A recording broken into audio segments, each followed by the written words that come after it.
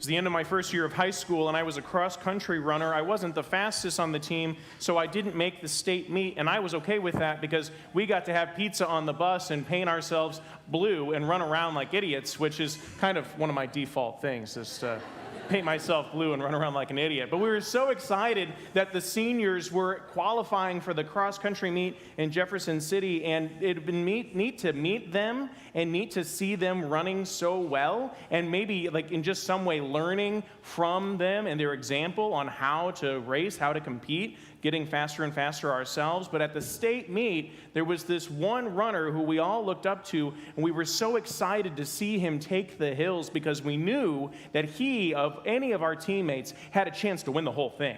And if you don't know how cross country works, the faster you are, the shorter the amount of time you have, and the less points you have. So the first person is 1 point, the second person is second points. I got to get going on this homily. But so anyway, so we were really hoping that we would be able to win. We had a shot until this guy who we thought would help win it for us got shoe shined, got his heel clipped by someone who was running behind him. I'm not saying it was a DeSmet runner, okay? It was most definitely probably a CBC runner. But that's beside the point. The point is that he didn't have a shoe.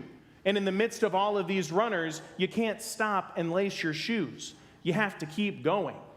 And so he kept going. At 14, to be able to see something like this, to see this man hobble across the finish line with a bloody foot and a white sock, which wasn't doing much to help him run, was admirable. I think it was one of the first times in my life that I saw something that I could say, that's great. That's great. And this guy finished 16th. And we were pretty disappointed for him in the result. But at the same time, he walked off that course with a lot of pride. And he wasn't swaggering or blustering or saying like, well, I finished 16th with one shoe. He just knew that it was right to finish, not just for himself, but for us. It was a really, really neat moment. Not as neat, though, as when I was a senior in high school and I was a lifeguard at North Point Aquatic Center, and I uttered the words, beep, walk, more than I did anything else, than I did, hi, Mom, or, oh, yeah, let's hang out later, beep, walk, was what I kept saying over and over again to the pool kids who would be dropped off for free babysitting, which is fine. That's why I was being paid by the city of Baldwin. But you wouldn't mind, except for all of this training, you're just on guard, literally, and you don't know, is there going to be this moment where you're going to have to rescue someone? And I'm at the big pool, and it's a lazy Saturday summer afternoon. I'm about ready to get off my shift, and all of a sudden I hear, and I see one of my coworkers jump into the pool and rescue this little kid who was so scared, who was having trouble swimming. It was one of the greatest things I had seen up to that point, because it was just something that wasn't thinking about the other. It was jumping into action, and thinking about the other wasn't thinking about oneself. You know, this was all great until I saw my friend get sick at 33 years of age. And to see his new wife and he's struggling, are we going to move back to St. Louis? Are we going to have to go on medical leave? What is this cancer that is rare, and is it treatable? And to see my friend have his wife take care of him was a greatness that I had never really thought that I could see. You know, you hear about couples taking care of each other, but that's like when they're 1,000 years old at the end, right? You know, but not in their 30s, not in that way. And it's supposed to be man flu. It's not supposed to be this rare cancer. And then to see my other friend who flew back and forth to D.C. just to be at her side. And as the two of them started to pray, they recognized that they were being invited to be like John and Mary at the cross, at the deathbed of the one that they loved so much. And as I sat there just kind of on the side in 2018, just making a couple visits, just hearing a little bit more about the updates, I just was overwhelmed with the greatness that my friend and my friend's wife, who is not my friend, were doing in this great service, which was very hidden, which was very obscure, which not a lot of people knew about. That was greatness. And even to today, there's this couple I know, this woman who is a very successful nurse and who was working in pediatrics and was really hoping to have a child and had a kid, but this kid's sick.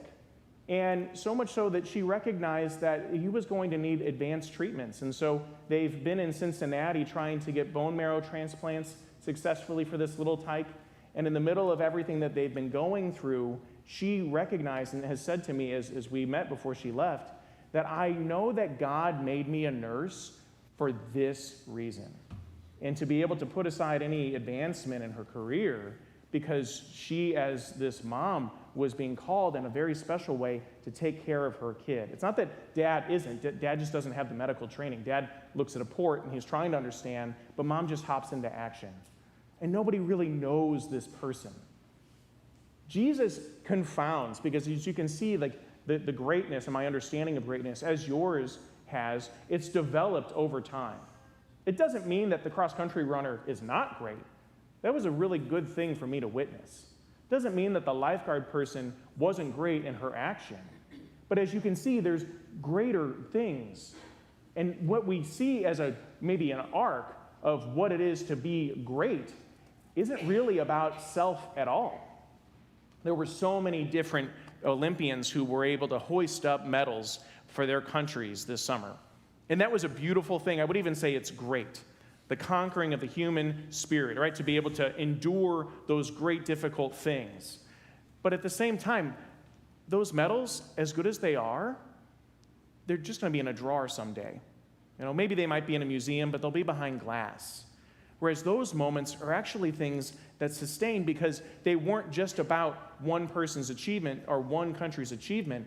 They were about the other in the moment without any real recognition, any real moment of praise. Jesus' disciples don't get it.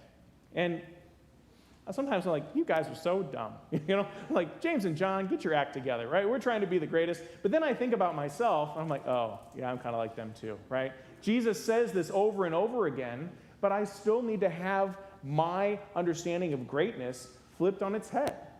Jesus says, as he places a child in their midst, that this is what it is to be great. I would like to invite Sophia Colleen to stand. She's right there. There she is. Her mom, Catherine, is holding her. This is Sophia. Sophia just had her first birthday. She's so sweet. She's like, hi.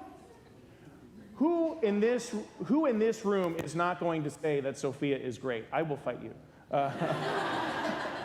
And I'm not even good of a fighter. But my point is that this young babe is great.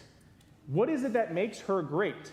Catherine might be able to say that she's really good at sleeping sometimes. She's okay. Okay, so that's great. That's a quality. She's walking at 10 months. Okay, that's great. She's contributing to the household, Michael, right? She's helping you pay the bills. Maybe not. Is she enrolled in WashU yet, Catherine? No. Okay. So academically, she's not, maybe great. So, but she does some of the errands, right? Like, she looks after her big sister. Yeah. Oh, yeah, well, that's good, right. Good babysitter for her older sister, right. So if you look at it just in a utilitarian standpoint, you can sit if you want. Thank you. But to be able to say that, like, if you look just from the eyes of the world, that baby is not great. That baby, in fact, you could say, is kind of a burden, But to say that to the parents would be like, I'm gonna fight you, right? Because like this is our baby and she is great. What makes Sophia great? Sophia is great because Sophia, even if it's just innately, understands that she is cared for and that she is loved and that she is safe and secure. Maybe wants more food, maybe wants to play toys when it's not time to play toys. She's trying to figure those things out. But she's great because God calls her great. She's great in her littleness. So for us, students, professionals, those who are retired, those who have raised families, those who have done great things in this world, which, by the way, you probably weren't lauded as much as you deserve, So just know that you're loved, even if God is the only one that saw it, okay? What is it that makes all of us great? It's that we're able to be his little children, that we're able to rest securely in God's arms and know that God is the one who is fathering us and is sustaining us. I think if you can learn to be like Sophia and to receive love as it's given from your father, from your parental unit in this instance, then maybe resting secure in God the Father's arms, you can achieve great things with him. That's what was so messed up about the disciples, is that they were trying to do it by themselves. They were trying to see, I'm great. I'm greater than you because of these things that I did. Or God thanked me more, or God made it more visible. That's not what greatness is. Greatness is, I am resting securely with you, Lord. You are the one that sustains me, and then you are the one who will show me how to use that greatness that I already have. And so much of the problems that we have in our world is when people don't believe that they're great, and so they go out seeking it. And oftentimes, in a sinful way, they end up taking it. The corruption, the greed, the backbiting, all of that cynicism and negativity, it's born out of a place of not resting in the one who is great and who calls us great. Our greatness requires us to take steps forward and act, because it's not just for us. It is a gift that is meant to be shared. And one of the things that I think is a very difficult part of our call in greatness as Christians is recognizing those parts of our world that do not reflect God's greatness. One of those things in our Catholic teaching is the death penalty. And the death penalty, as we hear our church say, is impermissible unless it's for the very, very, very tiniest of exceptions where there is no way that this person can be detained. But if you think about that, in our system and in our world today, in our modern society, that's just the littlest exception, which doesn't have any application in our world today. That over half of our states allow the death penalty is inexcusable as Christians, because it is our call to recognize that everyone has that great dignity of God, no matter what they have done. And that's where it's really hard to live as a Christian, because oftentimes our teachings butt up against what's comfortable. But if we believe that God gives a soul to every one of his creatures and calls it beloved, then from conception to natural death, that's where Christ reigns supreme. And that's where God wants us to protect all of his children. So Marcellus Williams is expected to be executed by the state on Tuesday evening. There's reason to believe that there was a jury that was not just. There's reason to believe that this man is innocent. There's reason to believe that regardless of all of those things, that his life is just as valuable as Sophia's and yours. And those babies in the hospital, those babies in the womb, etc., etc. And I just think it's important for us to be able to pray, not just for Marcellus and his family, to pray for his victim if he was the one, which we do not know, if he committed that crime, and her family, but also to pray for a system that might be able to be transformed through your effort and mine. And it's easy for me to say that from a pulpit, but as a pro-life person, perhaps that's not the area that I advocate for the most, and maybe you need to do a little bit more work there.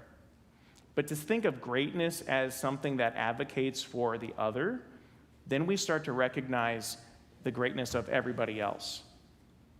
And maybe that's why in the first reading in the book of Wisdom, which is what Sophia means, by the way, right? That maybe that's why the wicked are trying to stop the just. Because the just, living in the love of God the Father, are ones that call out things that are not just.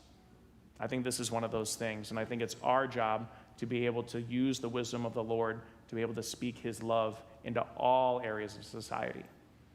So I just hope that you can receive that and know in a special way that God sees you, cherishes you, and is calling you to live out of that greatness.